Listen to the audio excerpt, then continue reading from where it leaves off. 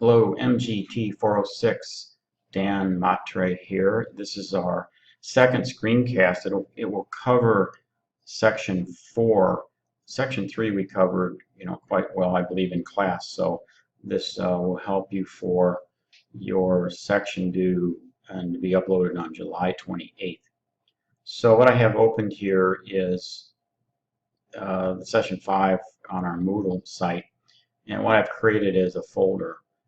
And it has support materials for the section 4. So if you enter that, there's 3 main PDF scans here that it can be of great help to you, and I will review these briefly in this screencast. This is a citation for the book that I am using these references out of, so you can use that for your footnotes. So let's take a look at, it's just obvious what that is. So let's take a look at the 5 forces. And I had to scan all the pages on this, so you can scroll down to this and you'll see where on the first page of the scan, this is where the article actually starts.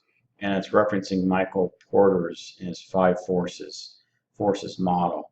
So read this section from the text, a textbook that you do not have, and then use information in all these to help you with this section 4 relative to your company. So I just want to get down to a key chart here that is in this section, and where these 5 forces talk about, there's one in the middle, and then there are these that surround it, and they all interact. But understand that suppliers have power, and that can influence a company and its strategy. Also, the threat of new entrants. When someone finds an area in business that's very profitable, other people see that and they move in too. Air freight was a great example where FedEx really kind of began the overnight delivery, and now there are a number of companies that are doing that. The buyer power. This is interesting, that when your company gets larger and a real force in the industry or market, the company has the ability to influence its suppliers. Down here is the threat of substitutes, meaning that people are always looking for an alternative to maybe what you're supplying. It could be they're looking for greater value, or they're looking to reduce their cost in buying this offering. So read about that as well. And then this degree of rivalry, you can pull some really nice information from this area right here. So with all these, there's text with these diagrams and so forth. So again, what you want to do with any of these articles and information is in your paper. Explain what it is, get to know it. When a reader reads your paper, they should just really learn a lot about strategy and global environments, and they will also then learn a lot about the company that you are researching. So take a look at this, and then now going back to Moodle, let's open up this low-cost differentiation, which is another item that you need to address. Let's just reduce this a little bit, see if we can get a little more in the page. There we go.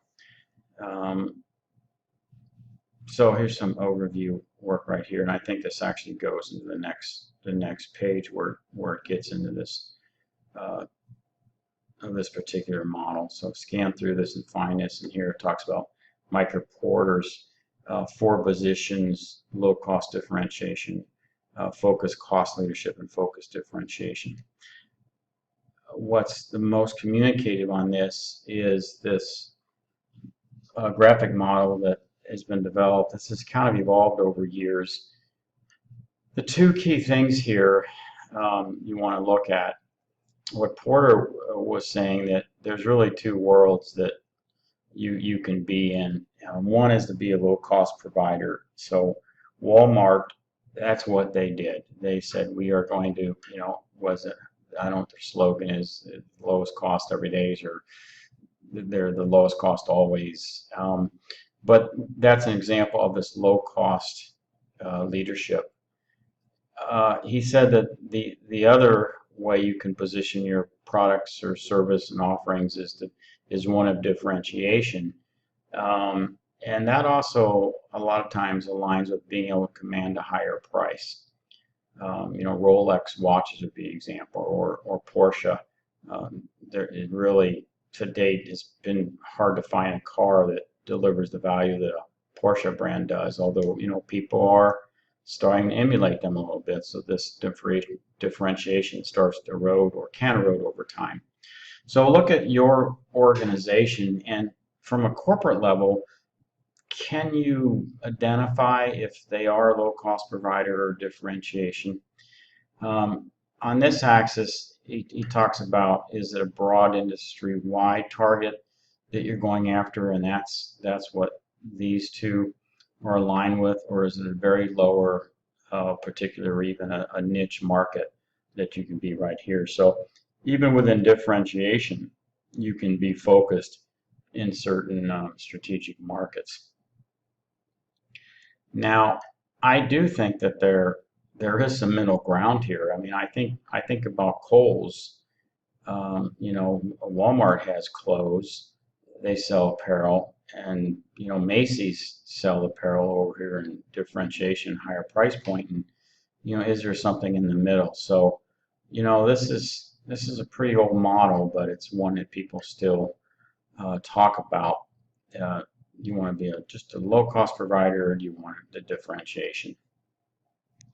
Now we're back at the Moodle site, and let's open up the VRIN model. This is an acronym for analysis that you can do, really more for a brand. But the company I'm looking at, Harley Davidson, the brand is Harley, and then there are sub-brands. So use your own discretion. If some of you have such massive corporations and have so many different brands, what you might want to do is, can you apply this to the corporate brand? If that's a bit of a struggle, then you could select a couple of sub-brands and practice this acronym with this. But so this VRINE, these are what they represent in this analysis. V is for value, and it's not only the value of what it provides to the market or the end customers. There can be different levels of customers, like at Harley Davidson, the dealerships. The dealers are a customer of Harley, and so are the people who come in and purchase the motorcycles from the dealership. So they're customers, and what type of value does that provide for them? So think about that with your corporation or a certain brand you want to look at. Here they're looking at Zoloft with this pharmaceutical, which is an antidepressant. So rarity,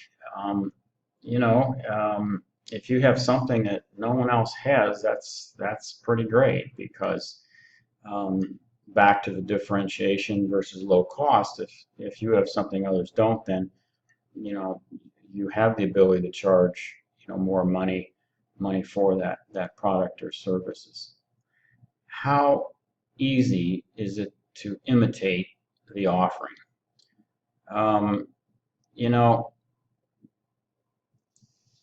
It can be difficult if it takes a lot of money to research a certain drug or certain areas. It may take a lot more money to research a pharmaceutical for one disease over another one. So if Pfizer is able to do that and other people don't either have that expertise or those resources to do it, then they're gonna rate pretty high on this not being able to be imitated.